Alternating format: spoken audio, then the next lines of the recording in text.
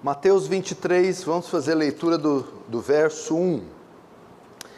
Então falou Jesus às multidões e aos seus discípulos: na cadeira de Moisés se assentam os escribas e os fariseus. Fazei e guardai, pois, tudo quanto eles vos disserem, porém não os imiteis nas suas obras, porque dizem e não fazem. Atam fardos pesados e difíceis de carregar, e os põem sobre os ombros dos homens, entretanto eles mesmos nem com o dedo querem movê-lo. Até aí, vamos passar por alguns textos desse capítulo, alguns versículos desse capítulo, mas vamos ler só até o 4. Deixa aberto aí, não feche, feche apenas os olhos para mais uma rápida oração.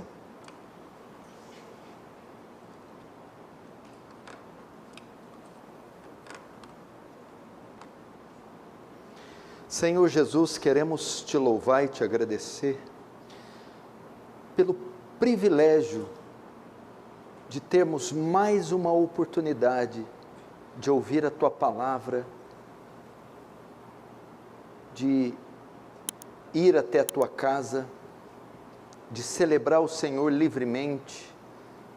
Obrigado, Senhor. Não deixa o nosso coração se acostumar com isso e ficar religioso, seco, previsível, mas resgata sempre, Deus, aquele entusiasmo, paixão, amor pelo Senhor Jesus, pela casa de Deus, pelo santo evangelho. E sabemos que para mantermos isso dependemos da graça de Deus, da ação benevolente, transcendente, soberana do Espírito de Deus, aquecendo a chama dos corações, abrindo o entendimento, os ouvidos, refreando a ação do mal que nos desvia, que nos tira muitas vezes dos seus caminhos. Faz isso hoje, Senhor, que o teu reino avance, que o Senhor nos conforme a imagem do seu Filho, que o Senhor receba a glória em nome de Jesus. Amém. Queridos irmãos, eu quero falar com vocês hoje um assunto bem prático, tirado aqui desse texto muito conhecido, onde Jesus censura os escribas e os fariseus, os fariseus eram uma das seitas judaicas mais radicais, mais religiosas, no tocante a observância da lei. Aliás, eles acrescentavam ali 600 outras regras e costumes que a lei de Moisés não mencionava. E à luz dessa repreensão de Jesus, repreendendo os fariseus, eu quero falar com vocês sobre o perigo da religiosidade, como não ser um religioso, e o perigo que nós incorremos em sermos religiosos. Esse texto então ele vai abarcar duas classes de pessoas. Aqui são traços de um não convertido.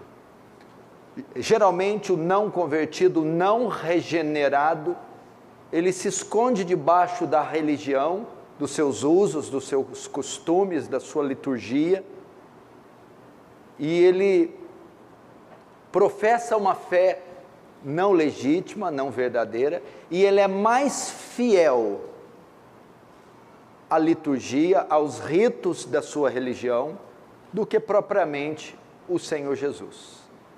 Então, o religioso nada mais é que o ímpio, o não convertido. Mas também abarca outro grupo de pessoas, os crentes que muitas vezes podem fazer papel de religiosos, ou por causa de uma ignorância acerca da fé cristã, acerca do caráter da salvação, que é uma obra soberana da graça, eles querem acrescentar alguma coisa, a fim de serem abençoados, aprovados por Deus, mas não estão sendo nada mais, nada menos que religiosos. Então, a mensagem expõe os não convertidos como também adverte os convertidos a não serem religiosos, a não cair na religiosidade. Religioso, um sinônimo aqui muito simples, muito comum, é aquele que se apega em atitudes externas, se apega mais nos costumes do que na verdade ou no próprio Deus. E vamos ver o que Jesus identificou aqui, nesse texto, como tradição e religiosidade, e rejeitou. Então o Senhor vai fazer a descrição desse grupo, e Ele vai identificar o que é tradição, o que é religiosidade, e vai rejeitar. Então vamos ver alguns pontos aqui dos religiosos. O primeiro ponto aqui, eles são marcados pela hipocrisia, versos 1 a 3. Então falou Jesus à multidão, seus discípulos: na cadeira de Moisés se assentam os escribas e fariseus. Fazei e guardai, pois tudo quanto eles vos disserem, porém não os imiteis nas suas obras, porque dizem e não fazem. Isso é muito comum do religioso, ou das falsas religiões, ou das seitas. Elas são marcadas pela hipocrisia. O que é hipocrisia? Eles se ocupam e se importam de impor regras sobre os outros, leis sobre os outros, costumes sobre os outros, mas eles mesmos não praticam o que impõem sobre os outros. Eles gostam de julgar, apontar o dedo, acusar, impor, mas eles mesmos não cumprem, não obedecem. Jesus chama isso de hipócrita, da onde veio a palavra ator. A hipocrisia, no grego, é da onde se originou a palavra encenar, simular, onde vinham os atores. Então os fariseus eram bons atores, fingiam, impunham, cobravam, questionavam, mas eles mesmos não obedeciam. Nós muitas vezes, porque nós temos a natureza de Adão ainda em nós, mesmo os salvos, muitas vezes somos inclinados a isso. Muitas vezes passamos por períodos de hipocrisia.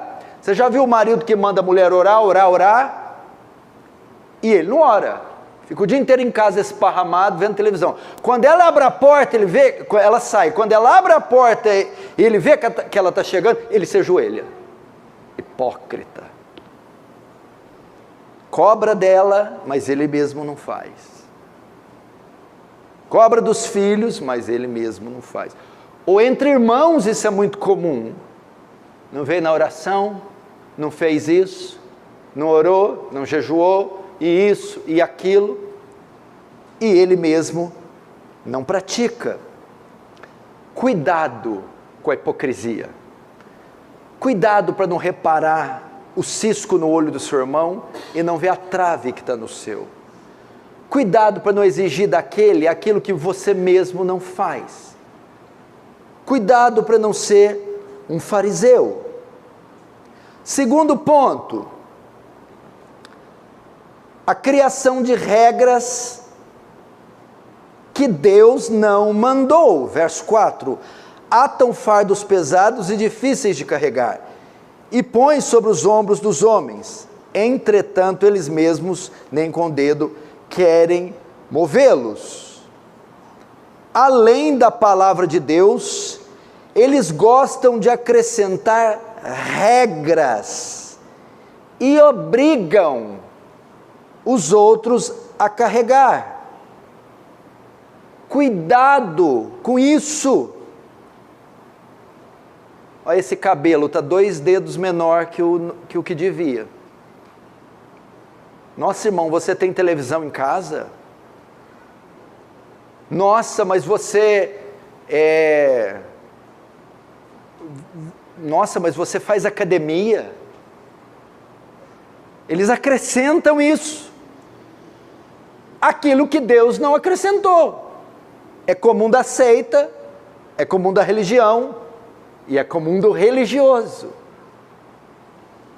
Existem coisas que a palavra não diz, ela não diz com relação a esses detalhes da nossa vida social.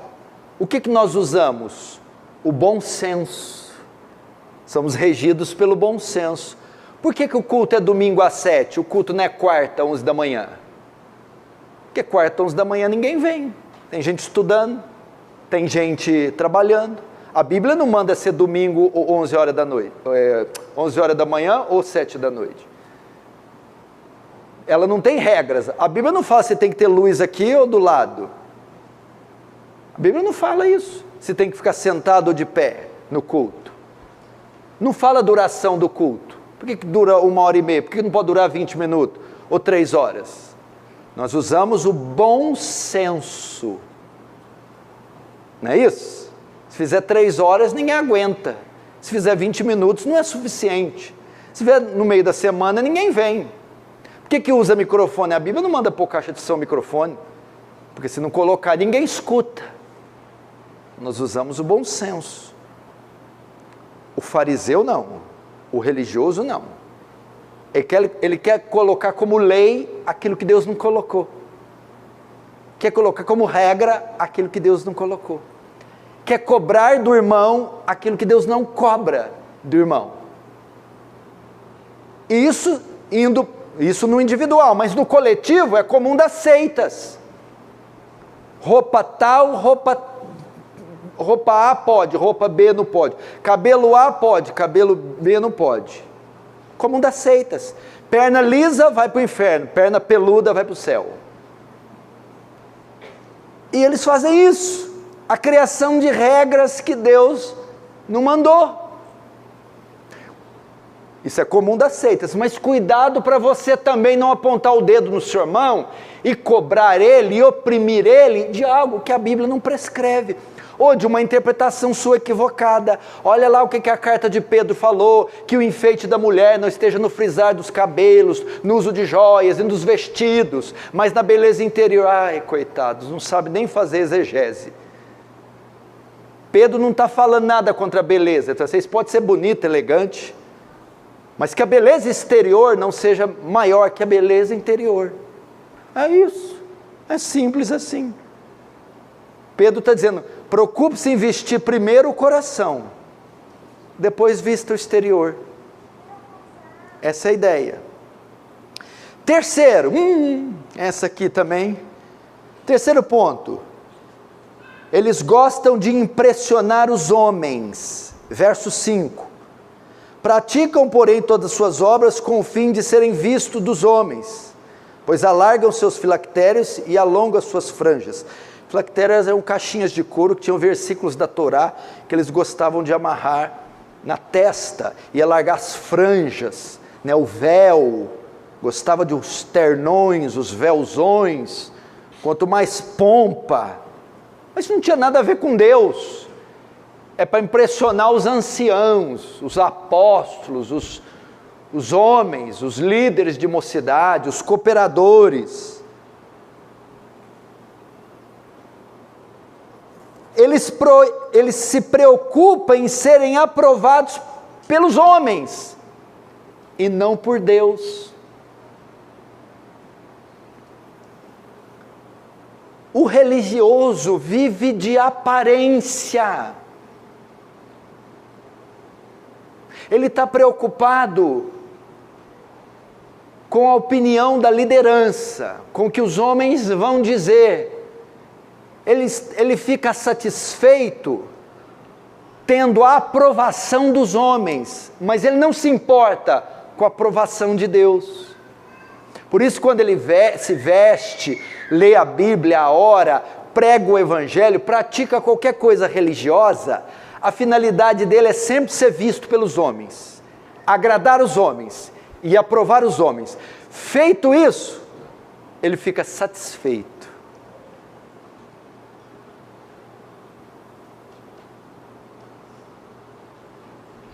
As suas ações até que são corretas, mas a sua intenção é errada. Veja só, em Mateus capítulo 6, no Sermão do Monte, Jesus vai censurar os fariseus. Eles oram, dão esmolas e fazem jejum. Fazer jejum é bíblico? É. Então nada contra o jejum. Orar é bíblico? É claro. Dar esmolas, ajudar as pessoas? Sim. Então Jesus não condenou essas 3 ações. Condenou as intenções. Fazem com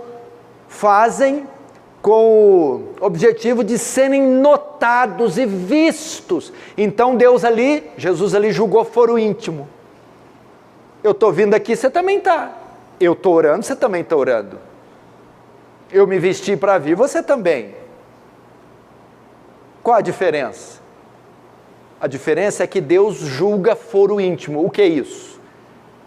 Ele vê com quais intenções vocês fizeram essas coisas. Vocês oram, e orar é bom, mas vocês oram para os homens se impressionarem. Vocês se vestem com as franjas, se vestir assim, é bom, mas vocês fazem isso para impressionar, para mostrar que é mais santos. Vocês dão esmolas? Sim, ajude os pobres, mas vocês nunca dão esmola quando só está você e o pobre, tem que ter alguém vendo. Vocês jejuam para desfigurar o rosto, ficar magricelo. Entenderam? Cuidado, porque nós às vezes fazemos isso. E aqui nessa igreja então, né, porque tem o tal do pastor Paulo Júnior, vamos ver o que ele acha. Não acho nada. Nada. Para com essa bobagem. E também não me impressiona. Cuidado com isso, em querer impressionar só homens, e às vezes fazemos isso, sei lá, para ganhar status, para ficar próximo, ou para, não sei, crescer na igreja. Isso é bobagem, isso é religiosidade. 4º ponto, a busca pelo louvor, versos 6 a 12, amam o primeiro lugar nos banquetes e as primeiras cadeiras nas sinagogas, a saudação nas praças e os serem chamados mestres pelos homens. Vós, porém, não sereis chamados mestres, porque um só é vosso mestre, e vós todos sois irmãos. A ninguém sobre a terra chameis vosso pai, porque só um é vosso pai, aquele que está no céu. Nem sereis chamados guias, porque um só é o vosso guia, o Cristo. Mas o maior dentre vós será vosso servo. Quem a si mesmo se exaltar, será humilhado. Quem a si mesmo se humilhar, será exaltado. Outro traço do religioso, a busca pelo louvor. Tudo que fazem com o fim de receberem glória para si mesmos, de receberem o louvor. E como isso tem na igreja de Cristo? Eu tropeço nisso toda hora. As pessoas, entre os cristãos, se oram, se jejuam, se cantam, se ofertam, se fazem alguma coisa. Você já viu, aqui em Franca não é tão comum, mas você vai em São Paulo, Rio de Janeiro, ou você vai em um hotelzinho já de porte médio, vem o recepcionista cuidar de você. Aí ele já fica esperando. A gorjeta, que é muito comum em algumas culturas, em algumas cidades. Tem crente que é assim, faz alguma coisa para o reino, uma doação, ou ora, ou jejua, ou faz qualquer coisa. Cadê o louvor? Cadê o tapinha nas costas? Cadê a rasgação de seda, pastor? Tem que estender um tapete. Não, meu irmão. Olha o texto. Ama os primeiros lugares, os banquetes, a saudação nas praças e os serem chamados mestres ou rabi pelos homens. A busca pelo louvor. eles amam títulos, eles adoram ser chamados de anciãos, de pastores, de bispos. Eles gostam de ser reverenciados. Você tem que chegar neles não pode chegar direto, não. Tem que mostrar uma certa inibição, tem que mostrar um medinho para chegar perto deles. E tem que dar uma engasgadinha. Eles amam. Mas mesmo que não tem título, mesmo que não tem, é aquele assim, o que você está falando? Eu sou o irmão. Uai, sou o irmão. Eles amam isso, eles gostam de ser temidos, reverenciados, e eles usam da religião para se promoverem. Nunca foram nada na vida, pé rapado, sem estudo, sem árvore genealógica, mas quando entram na igreja, quando entram numa religião, usam ela. Agora eu sou pastor, agora eu sou obreiro, agora eu sou isso aqui. E usam isso, fazem do púlpito uma vitrine, do ministério uma vitrine, da conversão uma vitrine, do dom uma vitrine, a fim de serem elogiados.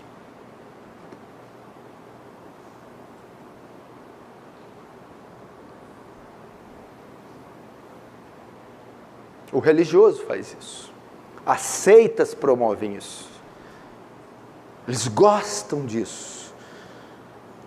E você quer coisa para deixar a gente soberba? É a religião. Você quer um negócio para estragar a pessoa? É a religião.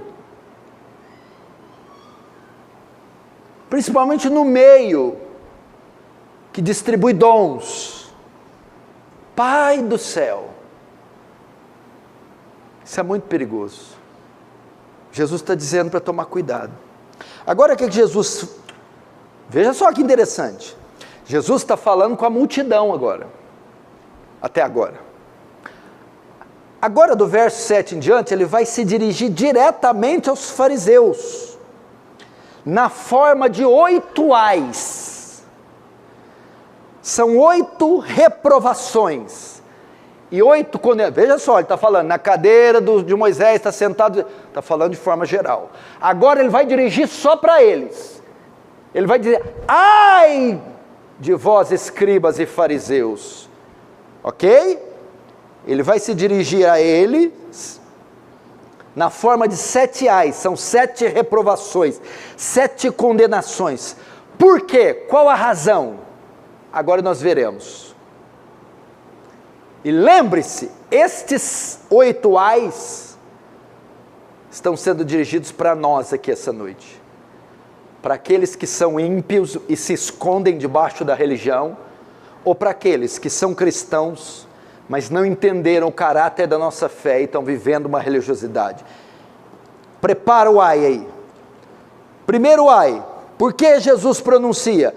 Porque os religiosos impedem as pessoas de se converterem. Verso 13. Ai de vós, escribas hipócritas e fariseus, porque fechais o reino dos céus diante dos homens, pois vós não entrais, nem deixais entrar os que estão entrando. Olha só, eles impedem as pessoas de se converterem, eles estão perdidos e mantêm os outros perdidos, fecham a porta do reino, nem entram, nem deixam os outros entrarem. Típico da seita, típico dessas religiões, e típico do religioso. Ele quer impor as pessoas na sua caixinha, no seu sistema, no seu modo legalista, pequeno, limitado de ver a fé, ver a Cristo.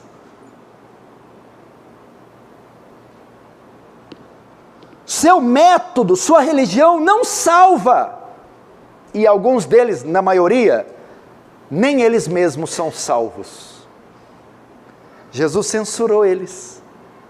Ai de vós, por quê?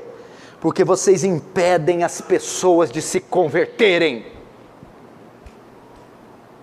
chega um jovem na igreja, um menino recém-convertido, uma irmã, em vez de apresentar o evangelho, apresentar a graça, já coloca entulho em cima dos ombros. Ela não pode isso, não pode isso, não pode aquilo, vai embora, pronto, foi para o inferno. Fechou a porta do reino. Não é assim. E às vezes nós não fazemos isso. Quantas vezes nos fazemos? Os pecadores se afluíam até Jesus, da pior espécie. Por que os pecadores odiavam os fariseus? Porque os fariseus atavam fardos pesados e punham nas costas deles. Jesus só dizia o quê? Vai e não peques mais. E é muito perigoso isso. Segundo ai, por que Jesus condenou? Porque a religiosidade, ela na verdade esconde e camufla pecados. Por trás desses véus, desses vestidões, desses usos e costumes, dessa falta de gilete, está cheio de pecado. Veja então o verso 14: ai de vós escribas e fariseus hipócritas, porque devorais as casas das viúvas, pecado aqui, profanação, e para o justificar fazei longas orações, por isso sofrereis juízo muito mais severos.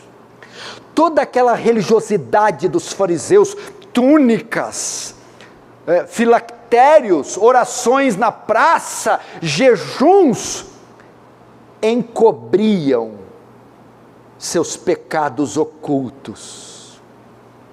Na verdade, aquela religiosidade era usada para abusar das viúvas. Geralmente os legalistas, os religiosos, usam tudo aquilo para cobrir. Na verdade, toda aquela capa está escondendo sensualidade, imoralidade, avareza, ganância, prepotência, arrogância, que era o que os fariseus eram. Eram sensuais. Você quer ver como Jesus levantou a saia deles e deixou eles tudo peladões? Quando eles pecaram a prostituta no ato, João capítulo 8, no ato do adultério, João capítulo 9, pegaram a mulher cometendo adultério, descabelaram, jogaram ela no meio da praça. Mestre, a lei de Moisés manda que essa mulher deve ser apedrejada, tu que dizes? Jesus falou, é agora, levantou, eu vou cortar agora. É mesmo? Ela é adúltera? É adúltera, pegou no ato. Ok, pode atirar a pedra, aquele dentre vós que não tem pecados. Eu imagino aqueles homens corando de vergonha.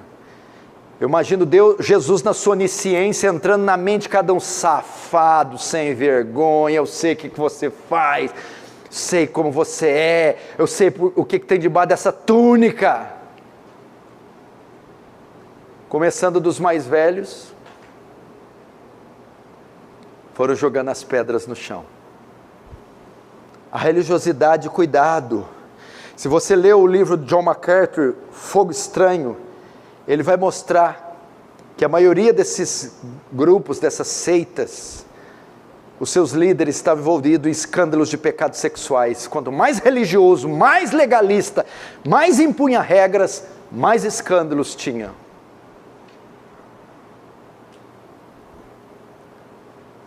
Estão mentindo, Humberto? Terceiro ai, a religiosidade, sabe onde que ela termina? Termina no inferno, verso 15.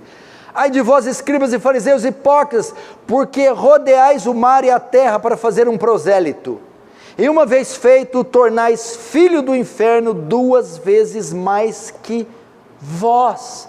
Prosélito é um novo convertido. Fazer proselitismo é evangelizar pessoas. Os judeus faziam isso, captavam pessoas para serem membros da sua seita. E o que ele está dizendo aqui? Vocês buscam, se esforçam para disseminar sua doutrina, seu legalismo, sua religiosidade.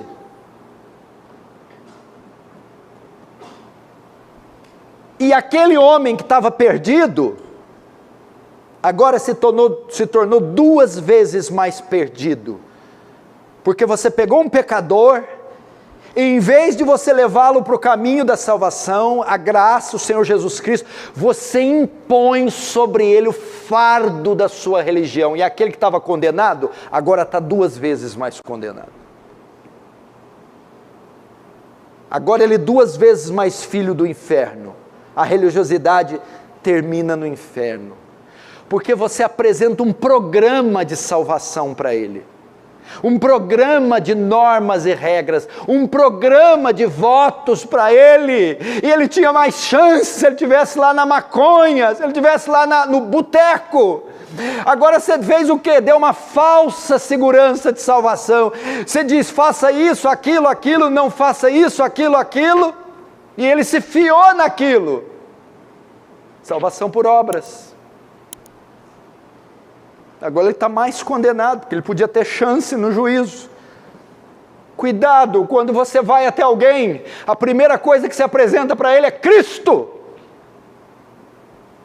Sua obra na cruz, sua vida, sua morte, sua ressurreição.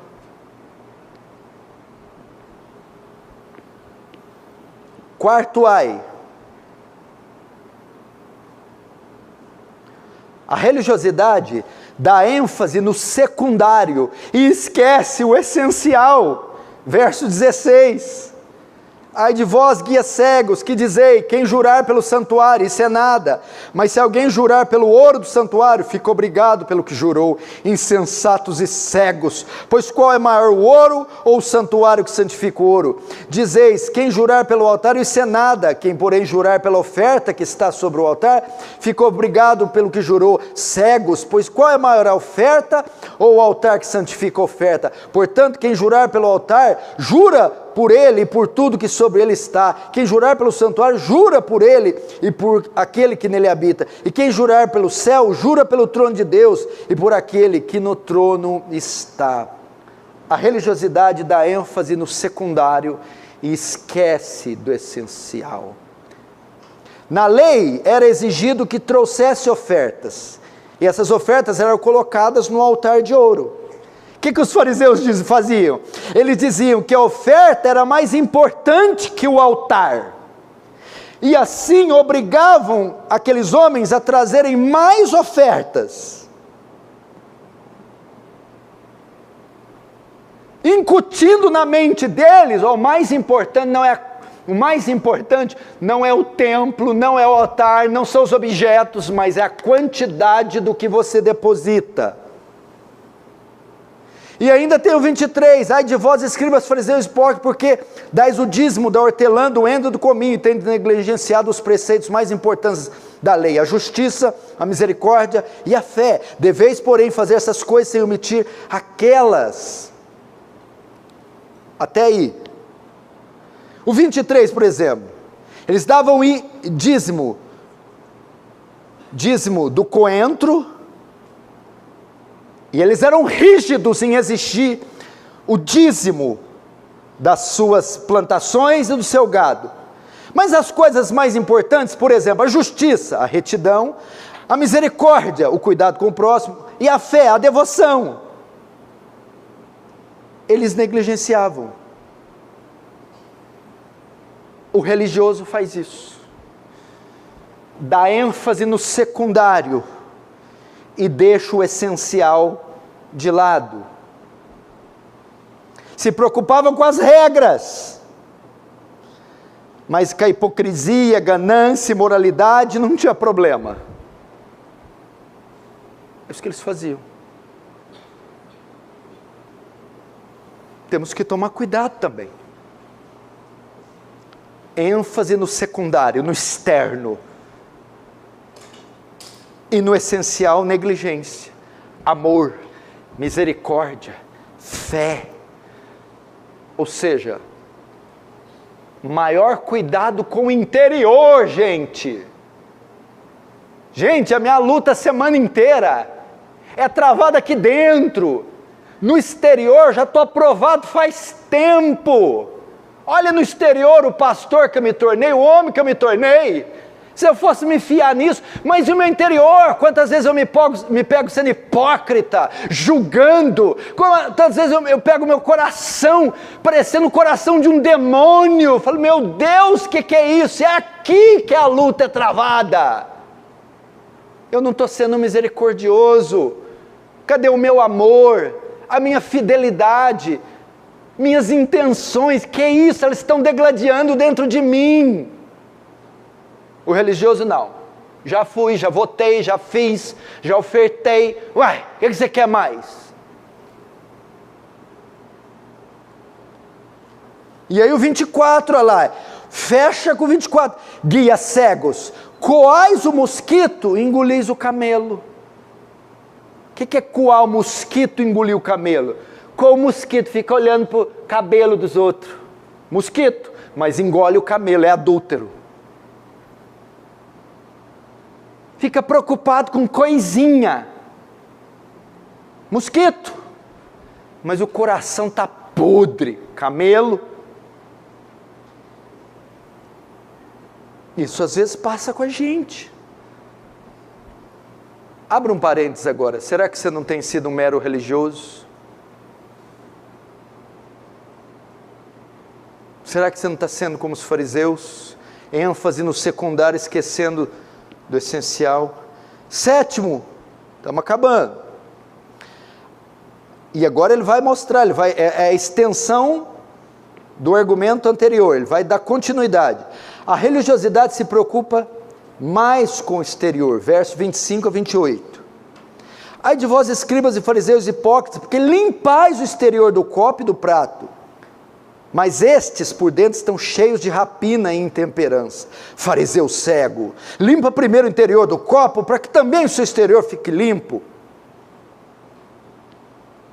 Ai de vós, escribas, fariseus, hipócritas, porque sois semelhantes aos sepulcros caiados, que por fora se mostram belos, mas interiormente estão cheios de ossos de morte e toda imundícia. Assim também vós exteriormente pareceis justos aos homens, mas por dentro estáis cheios de hipocrisia e de iniquidade. A religiosidade faz com que as pessoas se preocupem com roupas, vocabulário, saudações, acessórios, rituais, mas não com o coração. É a saudação, preocupa com a saudação, a vestimenta, o vocabulário crentez, mas esquece do coração. Jesus vai dizer: vocês limpais o exterior do copo e do prato, mas deixam o interior sujo. Hipócritas! Limpa primeiro o interior, e o exterior vai ser limpo. E o Senhor está dizendo: a obra começa por dentro, dá ênfase por dentro, esquece o fora um pouco, cuida do coração, cuida das intenções, cuida dos pensamentos. A gente se esquece disso. Deus julga foro íntimo. Vou falar mais uma vez. Por exemplo, vem ali o Leandro, 3 dias sem beber água, morando na rua, e passa na minha porta, pede um copo d'água, eu dou. É uma boa ação, não é? Pode ser que sim, pode ser que não. Eu estou dando um copo de água para um homem que está morrendo de sede. Isso parece ser bom? Aos olhos de Deus nem sempre. Por quê? Deus não vai julgar a ação, dar o copo para o Leandro. Deus vai julgar a intenção da ação. Eu posso muito bem ter dado esse copo apenas para aparecer, sem ter um pingo de misericórdia para esse homem. E aí? O meu ato é jogado por terra, é nulo, mesmo eu matando a sede de um homem que está morrendo. Eu não a fiz com legitimidade, eu dei para me promover, eu dei para fazer ele refém de mim, eu dei para que ele agora se curve diante de mim. Você está entendendo? Ou eu poderia ter dado, porque o meu coração partiu ao ver aquele homem naquele estado, porque se condoeu, e por misericórdia de ver naquele estado, eu dei o copo. É assim que Deus julga qualquer coisa, qualquer oração, qualquer louvor, tudo que nós fazemos. Deus julga a intenção da ação, e não somente a ação. E os fariseus não sabiam disso. Último, os religiosos rejeitam a verdade. Verso 29 a 32. Ai de vós, escribas e fariseus, hipócritas, porque edificai os sepulcros dos profetas, adornais os túmulos dos justos, e dizeis: se tivéssemos vivido nos dias dos nossos pais, não teríamos sido seus cúmplices no sangue dos profetas. Assim, contra vós mesmos testificai que sois filhos dos que mataram os profetas. Enchei vós, pois, a medida de vossos pais. Até aí. Se você olhar os profetas do Antigo Testamento, o que acontecia? Eles eram levantados para corrigirem o erro do povo de Deus, contra a idolatria, roubo. E como os crentes do Antigo Testamento, os reis respondiam os profetas? Matavam os profetas. O que está querendo dizer com isso? Vocês não querem ouvir a verdade. Essa é a última característica dos religiosos. Eles rejeitam a verdade. Eles sufocam a verdade. O religioso é duro. O religioso é cego. Ele não enxerga a verdade. Rejeita a verdade. Ele não quer a verdade.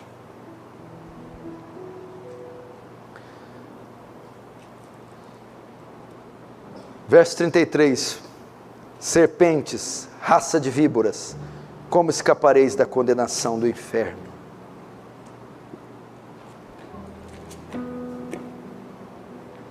Como Jesus termina? Se arrependam. Se arrependam. É um sermão duro? É duro. Imagina ele sendo pregado por Jesus naquela época, para os fariseus. O que nós vamos fazer agora? Nós vamos sondar o nosso coração e ver se tem traços de religiosidade nele. Quais pontos nós nos harmonizamos com os pontos que foram pregados? Quais traços? Se nós temos todos os traços, há uma grande probabilidade de não ter havido conversão. Nós vamos nos arrepender, confessar nossos pecados, buscar a Deus um novo coração que confia nos méritos de Cristo e na graça. Se nós temos esses traços, nós vamos dizer: Senhor, eu não estou vivendo o Evangelho na plenitude crendo dessa forma. Eu estou reduzindo a cruz de Cristo. Eu estou acrescentando algo àquilo que não pode ser acrescentado, que é o Evangelho. Eu não estou conseguindo ver a beleza de Jesus andando dessa forma, sendo um crítico. Não é só ser um crítico. Sabe o que acontece com pessoas assim? Jesus falou assim, atam os fardos pesados e nem eles mesmos conseguem carregar. O que é isso? Você é pego pelo seu próprio veneno. Você impõe regras, estilos, métodos, meios, que depois nem você mesmo consegue obedecê-los. E o que acontece? Você vai ficar em um estado de opressão, de tristeza, de depressão, de culpa, que nunca vai te deixar, mesmo tendo sido salvo em Jesus. Se liberte disso hoje. Com isso, é claro que eu não estou falando que não há leis e não há regras. Claro que há, a porta é estreita, a cruz é pesada. Mas não acrescente aquilo que Cristo não acrescentou. Nós nos santificamos confiando na nossa união com Cristo, não na força do nosso braço. Então você vai fazer uma avaliação e vai orar agora. Feche os seus olhos.